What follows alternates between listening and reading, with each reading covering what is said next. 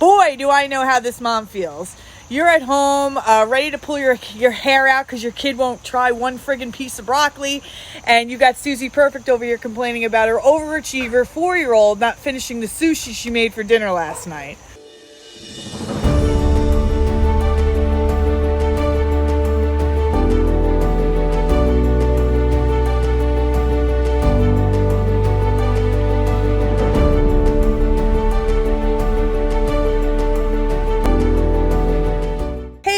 Michelle here from Champions for Our Children, and this question came directly from one of our newest members to our group on Facebook, and it is: how do you deal with friends who have children that do not have special needs, and they complain to you about how stressed they are, and in your head you just want to slap them?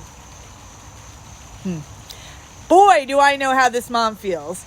You're at home, ready to pull your hair out because your kid won't try one friggin' piece of broccoli, and you got Susie Perfect over here complaining about her overachiever 4-year-old not finishing the sushi she made for dinner last night. Or how awful her life is that her 2-year-old was potty trained in one weekend but still wakes up occasionally wet and she has to change the sheets twice a week. I want her life. Or her little boy is invited to all of these birthday parties on the same weekend when you'd throw a party for a stranger's kid just to get your kid on an invite list. If you know what I'm talking about, then you've been tip-mommed. What's tip-mommed, you ask? When a mother of a typical child complains to you, a mother of an atypical child, about her first world parenting problems.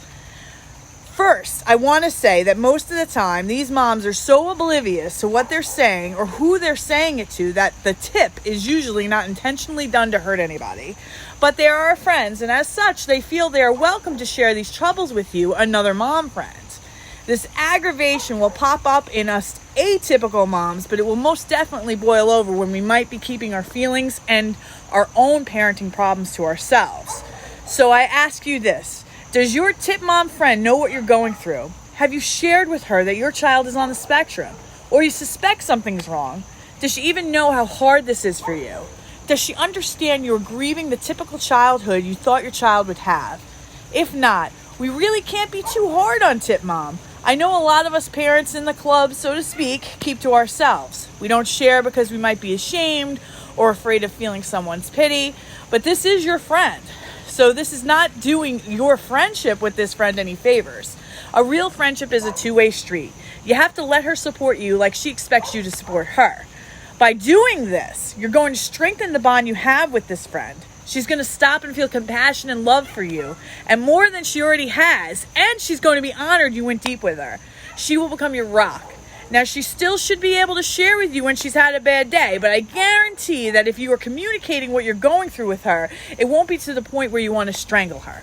Now, if we're talking about a acquaintance or like a random mom at the bus stop, number one, why do you care? Who cares what this lady thinks? She's not even a friend.